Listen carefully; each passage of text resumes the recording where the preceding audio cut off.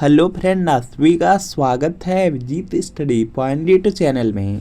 आज की इस वीडियो में सीटेट सितंबर 2026 एग्जाम के लिए सोशल साइंस की क्लास करने वाले हैं या पेपर सेकंड के लिए क्लास होने वाली है। तो वीडियो को शुरू से लेकर अंत तक देखिएगा। चैनल पर नए हैं, चैनल को सब्सक्राइब कर लीजिएगा। पीडीएफ के लिए Vijit study point Telegram channel को ज्वाइन कर लीजिएगा। सीटेट एग्ज़ाम आपका 5-6 सितंबर को होने वाला, बहुत कम समय आपके एग्ज़ाम में बचा हुआ है। और सीटेट एग्ज़ाम में आप लोग देखेंगे 150 प्रश्न पूछा जाता है, 150 मिनट का एग्ज़ाम होता है, 150 नंबर का एग्ज़ाम होता है। और इसमें जो पासिंग मार्क रहता है, जनरल कैटेगरी के लिए 90 नंबर है, अदर स्टेट के लिए क्वालिफाई करना चाहते हैं तो 90 नंबर आपको लाना होता है। सीटेट एग्जाम की सबसे अच्छी बात है कि 150 प्रश्नों में देखेंगे लगभग 100 से 110 प्रश्न प्रीवियस ईयर क्वेश्चन पेपर से हर बार रिपीट होता है। चाहे आपका कोई सब्जेक्ट हो, जैसे सीडीपी है, सीडीपी में 30 प्रश्न आता है, 30 में देखेंगे 20 से 22 प्रश्न प्रीवियस ईयर पेपर से। इसी तरीके से हिंदी है, संस्कृत है, इंग्लिश है, इसमें भी 30-30 प्रश्न होते हैं और इसमें भी देखेंगे लगभग 20 से 22 प्रश्न आपके यहाँ पे प्रीवियस ईयर पेपर से रिपीट हो जाते हैं। इसी तरीके से आपका सोशल साइंस है, प्राइमरी का ईवीएस मैथ है, जूनियर का आपका यहाँ पे मैथ साइंस है, इसमें 60 प्रश्न आता है 40 से 42 प्रीवियस ईयर पेपर से। तो सीटेट एग्जाम के लिए प्रीवियस ईयर पेपर पढ़ के एग्जाम में जरूर जाइएगा। तो यह सीटेट सितंबर 2026 के लिए प्रीवियस ईयर पेपर है। ये सोशल साइंस का क्लास 6 to 8 का पेपर सेकेंड है। बिल्कुल इसी तरीके से मैथ साइंस का मिल जाएगा। अगर आप प्राइमरी चाहेंगे प्राइमरी का मिल जाएगा। इसमें जून 2011 से फरवरी 2026 तक आज तक सीटेट में जितने पेपर हुए हैं सबके सब पेपर मिलेंगे। पूरे 16 साल के पेपर मिलेंगे, आंसर की के साथ मिलेंगे, एक्सप्लेनेशन सॉल्यूशन व्याख्या के साथ आपको मिलेगा। सभी सब्जेक्ट इसमें रहेंगे, CDP, social science, Hindi, English, Sanskrit, math science, EVS.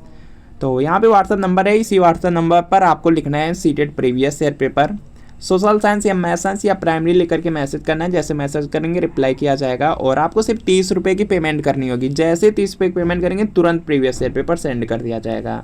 तो व्हाट्सएप नंबर पे मैसेज करके प्रीवियस ईयर पेपर जरूर ले लीजिए। चलिए आज की क्लास को यहाँ से कंटिन्यू करेंगे और आज की क्लास का आपका सबसे पहला प्रश्न है, किस काल में कर प्रथा का विशिष्ट महत्व था? तो इसका देखिए आपको सही जवाब बताना है। 4 ऑप्शन दिया गया, महाजनपद, गुप्त, हड़प्पा सभ्यता, वैदिक काल। तो यहाँ पे इसका राइट आंसर हो जाएगा गुप्त हो जाएगा। गुप्त काल में जो कर प्रथा थी इसका विशिष्ट महत्व था। तो यहाँ पर आपका ऑप्शन नंबर जो बी वाला है, बी वाला बिल्कुल राइट आंसर हो जाएगा। और एक पॉइंट आप लोग याद रखेंगे, जो गुप्त काल था उसको प्राचीन भारत में स्वर्ण काल के नाम से भी जाना जाता था। स्वर्ण काल के यहाँ पे जो स्वर्ण काल है, स्वर्ण काल के नाम से भी जाना जाता था। तो यह पॉइंट आप लोग याद रखेंगे। अगला देखेंगे प्रश्न आपका दिया गया है यहाँ पे, पृथ्वी द्वारा सूर्य के चारों ओर घूमने को कहा जाता है। तो इसका देखिए आपको सही जवाब करना है। 4 ऑप्शन है, कक्षीय समतल, प्रदीप्ति वृत्त, घूर्णन, परिक्रमण। तो यहाँ पे इसका राइट आंसर हो जाएगा परिक्रमण कहा जाता है। पृथ्वी द्वारा सूर्य के चारों ओर जो घूमना होता है, घूमने को परिक्रमण कहा जाता है। तो डी वाला आपका राइट आंसर है। अगला प्रश्न है कि निम्न में से किस भारतीय साहित्यिक धरोहर का अर्थ है गुरु के पास यहाँ पे जाकर समीप बैठना? तो इसका देखिए आपको सही जवाब करना है। सभी लोग प्रयास करेंगे और राइट आंसर करेंगे। 4 ऑप्शन आरण्यक है, पुराण है, उपनिषद है, वेद है। तो यहाँ पे इसका राइट आंसर हो जाएगा उपनिषद हो जाएगा। उपनिषद हो जाएगा। यहाँ पे उपनिषद का अर्थ होता है यहाँ पे कि गुरु के पास या समीप जाकर के बैठना। तो यहाँ पे क्या होगा, सी वाला आपका बिल्कुल राइट आंसर होगा। अगला प्रश्न आपके सामने है, सभी को प्रयास करना है इसका राइट आंसर करने का। भारत में जो मुंडा जनजाति है किस क्षेत्र में निवास करती है? तो इसका देखिए आपको सही जवाब करना है। सभी लोग प्रयास करेंगे। दुर्ग, कुल्लू, छोटा नागपुर, बस्तर। तो यहाँ पे इसका राइट आंसर हो जाएगा छोटा नागपुर में। भारत में जो मुंडा जनजाति है, यह जो छोटा नागपुर है, छोटा नागपुर में निवास करती है। तो सी वाला आपका बिल्कुल राइट आंसर हो जाएगा। छोटा नागपुर झारखंड में है, यह याद रखेंगे। अगला देखेंगे प्रश्न आपका दिया गया है कि जब किसी व्यक्ति या समूह को किसी प्रतिरूप के साथ जोड़ दिया जाता है तो उसे कहा जाता है। तो इसका देखिए आपको सही जवाब करना है। 4 ऑप्शन है यहाँ पे, प्रताड़ित है, मूर्ति है, भेदभाव है और रूढ़िबद्ध है। तो यहाँ पे इसका राइट आंसर हो जाएगा, देखिए किसी व्यक्ति या समूह को किसी प्रतिरूप या जो इमेज होता है, इमेज के साथ जो जोड़ना होता है उसको रूढ़िबद्धता कहा जाता है। रूढ़िबद्धता। तो यहाँ पे क्या होगा, रूढ़िबद्ध हो जाएगा। ऑप्शन नंबर जो डी वाला दिया गया है, डी वाला आपका बिल्कुल राइट आंसर हो जाएगा। अगला प्रश्न है कि भारतीय संविधान के अनुच्छेद 21 का संबंध है। तो इसका देखिए आपको सही जवाब करना है। सभी लोग प्रयास करेंगे और इसका राइट आंसर करेंगे। यहाँ पे दिया गया जीवन के अधिकार से, संवैधानिक उपचार के अधिकार से, धार्मिक स्वतंत्रता के अधिकार से, समानता के अधिकार से। तो यहाँ पे इसका राइट आंसर हो जाएगा जीवन के अधिकार से, जो अनुच्छेद 21 है।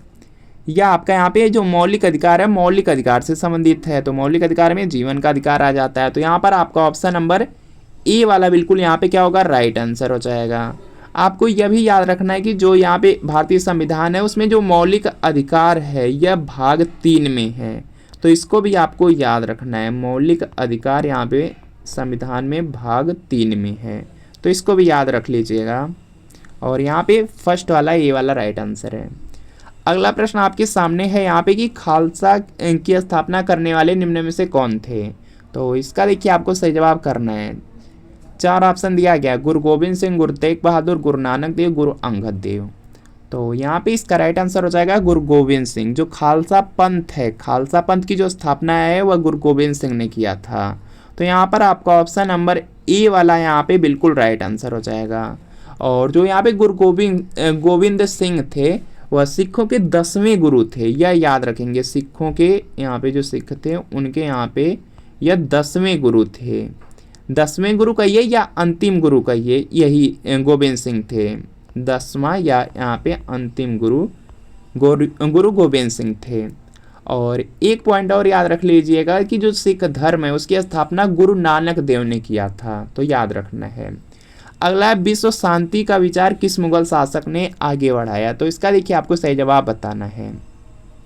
विश्व शांति की बात किया गया है और 4 ऑप्शन भी दिया गया, हुमायूं, जहांगीर, अकबर, शाहजहां। तो यहाँ पे इसका राइट आंसर हो जाएगा, यहाँ पे हो जाएगा आपका अकबर हो जाएगा। अकबर दिया गया सी में, तो सी वाला आपका बिल्कुल राइट आंसर है। विश्व शांति का जो विचार है यह अकबर मुगल शासक ने आगे बढ़ाया था, तो सी वाला आपका बिल्कुल राइट आंसर हो जाएगा। और इन्होंने दीन ए इलाही धर्म चलाया था, यह भी पॉइंट याद रखेंगे। और जो दीन ए इलाही धर्म थी उसका जो स्थापना था 1581 ईस्वी में इन्होंने किया था, याद रखना है। अगला है कित्तूर के ब्रिटिश विरोधी आंदोलन का नेतृत्व किसने किया था। तो इसका देखिए आपको सही जवाब करना है। सभी लोग प्रयास करेंगे और राइट आंसर करेंगे। तो यहाँ पे इसका राइट आंसर हो जाएगा यहाँ से रानी चेन्नम्मा हो जाएगा। यहाँ पे रानी चेन्नम्मा हो जाएगा, जो कि दिया गया ऑप्शन नंबर ए में, तो ए वाला बिल्कुल राइट आंसर है। इसके बाद देखेंगे नेक्स्ट प्रश्न आपका दिया गया है। यहाँ पे नेक्स्ट प्रश्न है कि स्थान, लोग, वस्तुएं व प्रकृति जो किसी भी जीव को घेरे रहते हैं कहलाते हैं। तो इसका देखिए आपको सही जवाब करना है। 4 ऑप्शन है, पर्यावरण है, जैविक संसाधन है, स्थल मंडल है, परिवेश है। तो सभी लोग प्रयास करिए, जल्दी से आंसर करिए। स्थान, लोग, वस्तुएं व प्रकृति जो किसी भी जीव को घेरे रहते हैं उनको पर्यावरण कहा जाता है। तो यहाँ पर आपका ऑप्शन नंबर ए वाला बिल्कुल राइट आंसर है।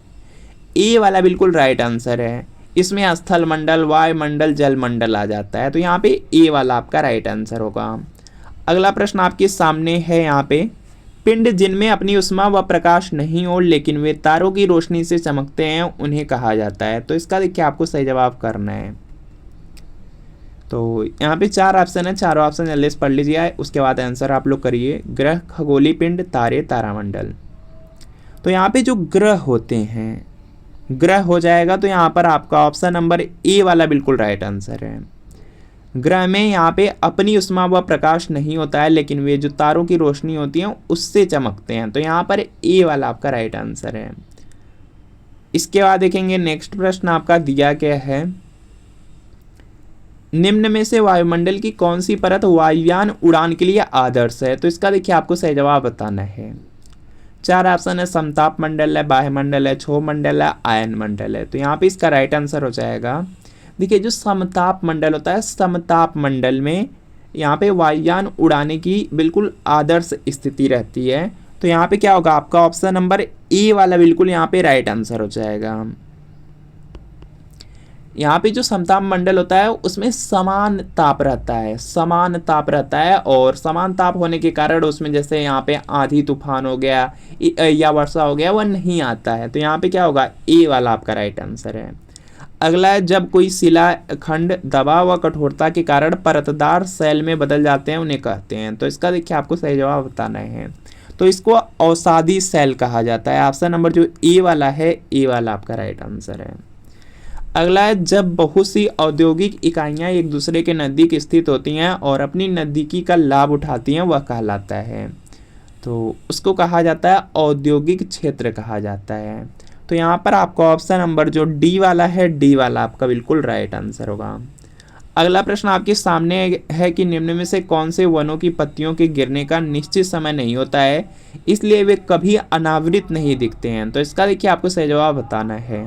तो यहाँ पे इसका राइट आंसर होगा उष्णकटिबंधीय सदाबहार जो वन होते हैं, इनमें पत्तियों के गिरने का कोई निश्चित समय नहीं होता है, इसलिए वे कभी भी अनावृत नहीं दिखते। तो डी वाला आपका यहाँ पे बिल्कुल राइट आंसर हो जाएगा। इसके बाद देखेंगे यहाँ पे नेक्स्ट प्रश्न आपका दिया गया है, इसमें जैसे जो रबर होता है या आबनूस का पेड़ होता है, महोगनी होता है, वे सब आते हैं। इसके बाद देखेंगे नेक्स्ट प्रश्न आपका दिया गया है कि भारत की सर्वोच्च कानून निर्माण संस्था है। तो इसका देखिए आपको सही जवाब करना है। 4 ऑप्शन है, राष्ट्रपति होते हैं या न्यायपालिका या संसद या प्रधानमंत्री व उनका मंत्रिपरिषद होता है। भारत की जो सर्वोच्च कानून निर्माण संस्था है वह संसद होता है और संसद में सबके सब लोग आ जाते हैं। संसद का जो गठन होता है उसमें लोकसभा के सदस्य रहते हैं, राज्यसभा के सदस्य रहते हैं, उसके बाद राष्ट्रपति रहते हैं। तो यहाँ पर क्या होगा, सी वाला आपका बिल्कुल राइट आंसर हो जाएगा। सी वाला आपका राइट आंसर है। जब राज्य धार्मिक क्रियाओं में किसी प्रकार का हस्तक्षेप नहीं करता तो उसे कहा जाता है। तो इसका देखिए आपको सही जवाब करना है। जब राज्य जो धार्मिक क्रियाएं हैं अगर उसमें किसी भी प्रकार का हस्तक्षेप नहीं कर रहा है तो उसको धर्मनिरपेक्षता कहा जाएगा। यहाँ पे धर्मनिरपेक्षता कहा जाएगा। तो यहाँ पर क्या होगा, डी वाला बिल्कुल राइट आंसर हो जाएगा। और इस प्रकार की जब भी स्थिति रहती है उसमें प्रत्येक जो नागरिक होते हैं उनको अपना धर्म मानने का अधिकार होता है। इसके बाद देखेंगे नेक्स्ट कि संसाधन जो किसी क्षेत्र में पाए जाते हैं परंतु जिनका अभी उपयोग नहीं किया गया उन्हें कहा जाता है। तो इसका देखिए आपको सही जवाब करना है। उनको बेकार संसाधन कहा जाता है या मूल्यवान संसाधन कहा जाता है या संभावित संसाधन या वास्तविक संसाधन कहा जाता है। संसाधन जो किसी क्षेत्र में पाए जाते हैं परंतु जिनका कोई अभी उपयोग नहीं किया गया है तो उसको संभावित संसाधन कहा जाता है, जो कि सी में दिया गया। सी वाला आपका बिल्कुल राइट आंसर हो जाएगा। इन संसाधनों का जो प्रयोग होता है भविष्य में होने की संभावना रहती है, यह पॉइंट याद रखेंगे। इसके बाद देखेंगे नेक्स्ट है कि मुगल वास्तुशिल्प मिश्रण है। तो इसका देखिए आपको सही जवाब करना है। तो यहाँ पे जो मुगल वास्तुशिल्प है वह देखेंगे जो फारसी है और जो भारतीय शैली है उसका मिश्रण है। तो यहाँ पर आपका ऑप्शन नंबर डी वाला राइट आंसर होगा। भारत की जो मानक देशांतर है तो इसका देखिए आपको सही जवाब करना है। सभी लोग प्रयास करेंगे और राइट आंसर करेंगे। तो इसमें हो जाएगा आपका यहाँ पे 82 डिग्री, यहाँ पे 30 मिनट पूर्वी देशांतर हो जाएगा, जो कि यहाँ पर देखेंगे दिया गया है यहाँ पे सी वाले में। तो सी वाला आपका बिल्कुल राइट आंसर हो जाएगा। सी वाला इसमें बिल्कुल राइट आंसर हो जाएगा। और यह जो देशांतर रेखा है इलाहाबाद है, इलाहाबाद में देखेंगे जिसका नाम प्रयागराज कर दिया गया है, उसी के निकट नैनी है, नैनी से होकर के गुजरती है। तो यह पॉइंट याद रखेंगे। अगला प्रश्न आपके सामने है कि कृषि की एक पद्धति जिसमें व्यापक स्तर पर आधुनिक आगतों का उपयोग अधिक उत्पादकता प्राप्त करने के लिए किया जाता है कहलाती है। तो इसका देखिए आपको सही जवाब करना है। उसको वाणिज्यिक यहाँ पे खेती कहा जाता है। वाणिज्यिक खेती हो जाएगा। ऑप्शन नंबर यहाँ पे सी वाला बिल्कुल राइट आंसर हो जाएगा। इसमें क्या होता है कि अधिकतम उत्पादन प्राप्त करने के लिए जो अच्छी बीज होती हैं और जो अच्छे उर्वरक होते हैं उसका प्रयोग होता है। तो यहाँ पे क्या होगा, सी वाला राइट आंसर है। निम्न में से कौन सा परंपरागत ऊर्जा स्रोत है? तो इसका देखिए आपको सही जवाब करना है। सभी लोग प्रयास करेंगे, राइट आंसर करेंगे। यहाँ पे देखेंगे जो परंपरागत ऊर्जा का स्रोत है उसमें देखेंगे जो पृथ्वी के नीचे दबे जीवाश्म होते हैं उनसे वो प्राप्त होते हैं। तो इसमें जैसे पेट्रोल हो गया, कोयला हो गया, प्राकृतिक गैस हो गया, ये सब परंपरागत ऊर्जा स्रोत के अंतर्गत आते हैं। तो यहाँ पर देखेंगे दिया गया है आपके ऑप्शन नंबर सी में जीवाश्म ऊर्जा दिया गया। तो यह आपका यहाँ पे सी वाला बिल्कुल राइट आंसर है। अगला प्रश्न आपके सामने है कि जब एक देश पर दूसरे देश के दबदबे से राजनीतिक, आर्थिक, सामाजिक और सांस्कृतिक बदलाव आते हैं तो इस प्रक्रिया को हम कहते हैं। तो इसको देखेंगे कहा जाता है आपका औपनिवेशीकरण। औपनिवेशीकरण कहा जाता है। तो यहाँ पे क्या होगा, आपका ऑप्शन नंबर ए वाला बिल्कुल राइट आंसर है। इसमें क्या होता है कि कोई राष्ट्र है जो पिछड़ा या कमजोर राष्ट्र है और वह जो अपना राजनीतिक आर्थिक नीति है उस पर कोई दूसरा देश ज़बरदस्ती लागू करता है, और जो भी वहाँ पे प्राकृतिक संसाधन रहते हैं जैसे तेल हो गया तो उसका क्या करता है, दोहन करता है। तो यहाँ पे ए वाला आपका राइट आंसर है। उत्तरी अमेरिका का पूर्वी तट व जापान के आसपास समुद्र मत्स्य से प्रचुर हैं क्योंकि, तो इसका देखिए आपको सही जवाब करना है। तो यहाँ पे इसका राइट आंसर होगा कि गर्म व ठंडी जो धाराओं का वहाँ पे मिलन है। तो यहाँ पे बी वाला बिल्कुल राइट आंसर है।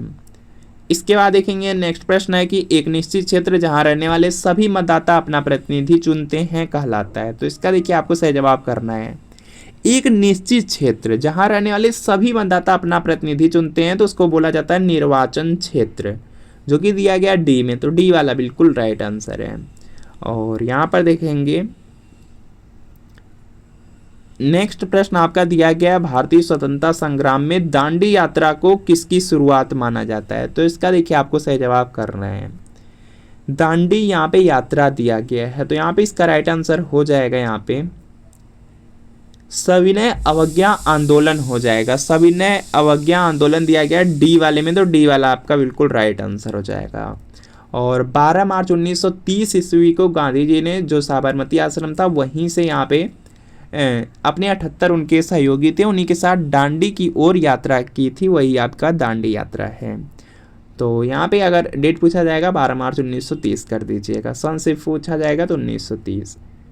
इसके बाद देखेंगे नेक्स्ट है कि शास्त्रीय नृत्यों के संदर्भ में निम्नलिखित में से कौन सा कथन सत्य है। तो इसका देखिए आपको सही जवाब करना है। सभी लोग प्रयास करेंगे, राइट आंसर करेंगे। दिया गया है आपके यहाँ पे कौन सा सत्य है। कथकली कथक शैली का शास्त्रीय रूप है, तो यह तो आपका यहाँ पे गलत हो जाएगा। कथक शैली को शास्त्रीय नृत्य के रूप में मान्यता केवल स्वतंत्रता प्राप्ति के पश्चात मिली है, तो यह भी आपका गलत होगा। और दिया गया यह लोक नृत्यों से सदा श्रेष्ठ होते हैं, तो यह भी सही नहीं है। यहाँ पे दिया गया शास्त्रीय नृत्य के संदर्भ में क्या सही है, तो यहाँ पर डी वाला सही है कि शास्त्रीय नृत्यों के 8 मान्य रूप हैं, मतलब कुल 8 आपके शास्त्रीय नृत्य हैं, तो डी वाला आपका राइट आंसर है। इसमें कौन कौन से हैं, पहला भरतनाट्यम है, दूसरा मणिपुरी है, तीसरा कथक है, चौथा कथकली है, पांचवा कुचिपुड़ी है, छठा आपका मोहिनीअट्टम है, सातवां ओडिसी है और आठवां आपका सत्रिया है। तो ये याद रखेंगे। और यह भी पूछा जाता है जैसे भरतनाट्यम तमिलनाडु का है, मणिपुरी मणिपुर का है, कथक उत्तर प्रदेश का है, कथकली केरल राज्य का है, कुचिपुड़ी आंध्र प्रदेश का है, मोहिनीअट्टम केरल राज्य का है, ओडिसी ओडिशा का है, सत्रिया असम का है। तो यहाँ से राज्य भी पूछा जा सकता है। अगला प्रश्न है कि निम्न में से कौन सा पर्यटन स्थल रूप है, तो इसका देखिए आपको सही जवाब करना है। और यहाँ पे इसका राइट आंसर होगा जो छत्रक शिला होता है, ऑप्शन नंबर जो बी वाला है, बी वाला राइट आंसर है। इसके बाद देखेंगे नेक्स्ट प्रश्न आपका दिया गया है भारत में राज्य के राज्यपाल की नियुक्ति कौन करता है, तो इसका देखिए आपको सही जवाब करना है। भारत में जो राज्य में राज्यपाल रहते हैं या जो राज्य के राज्यपाल होते हैं उनकी जो नियुक्ति होती है जो भारत के राष्ट्रपति होते हैं, भारत के राष्ट्रपति के द्वारा किया जाता है। तो यहाँ पर आपका ऑप्शन नंबर सी वाला बिल्कुल राइट आंसर हो जाएगा। और जो यहाँ पे राज्यपाल रहते हैं राष्ट्रपति का जब तक प्रसाद पर्यंत रहता है तब तक वह अपने पद को धारण किए रहते हैं, तो यह भी याद रखेंगे। अगला है विश्व की 80% से अधिक जनसंख्या निवास करती है, तो इसका देखिए आपको सही जवाब करना है। विश्व की जो 80% से अधिक जनसंख्या है वह अगर आप लोग देखेंगे तो एशिया और अफ्रीका में निवास करती है। एशिया और अफ्रीका में यहाँ पर देखेंगे पूरे विश्व की बात किया जाए तो 80% से अधिक जनसंख्या इन्हीं में रहती है। तो यहाँ पर क्या होगा, सी वाला बिल्कुल राइट आंसर हो जाएगा। और जो आपका एशिया है, अपना एशिया है, उसमें देखेंगे लगभग एशिया महाद्वीप में विश्व की 60% जनसंख्या रहती है, तो यह भी पॉइंट याद रखेंगे। और उसमें भी यहाँ पे जो चीन और भारत हैं इसकी जनसंख्या सबसे ज़्यादा है। तो फ्रेंड आपको बताना है कि आज की क्लास में जो आपको यहाँ पे 30 प्रश्न कराए गए हैं, इन 30 प्रश्नों में कितने प्रश्न बिल्कुल सही हुए हैं यह कमेंट आप जरूर कीजिए। वीडियो अच्छा लगा वीडियो को लाइक करिए, चैनल पर नए हैं चैनल को सब्सक्राइब कर लीजिए। और अगर सीटेट एग्जाम की तैयारी कर रहे हैं तो सीटेट के लिए प्रीवियस ईयर पेपर जरूर लीजिए। यह सोशल साइंस का है, इसी तरीके से मैथ साइंस का मिल जाएगा, प्राइमरी चाहेंगे प्राइमरी का मिल जाएगा। 2011 से लेकर 2026 तक का आपको मिल जाएगा आंसर के साथ एक्सप्लेनेशन, सॉल्यूशन, व्याख्या सब कुछ है, सारे सब्जेक्ट इसमें हैं। और यहाँ पर देखेंगे व्हाट्सएप नंबर है, इसी व्हाट्सएप नंबर पर लिखना है CTET previous year paper, social science या मैथ साइंस या प्राइमरी लेकर के मैसेज करना है। सिर्फ 30 की पेमेंट करनी है, जैसे पेमेंट करेंगे तुरंत प्रीवियस ईयर पेपर सेंड कर दिया जाएगा। तो व्हाट्सएप नंबर पे मैसेज करके प्रीवियस ईयर पेपर लेकर के जरूर पढ़ लीजिए।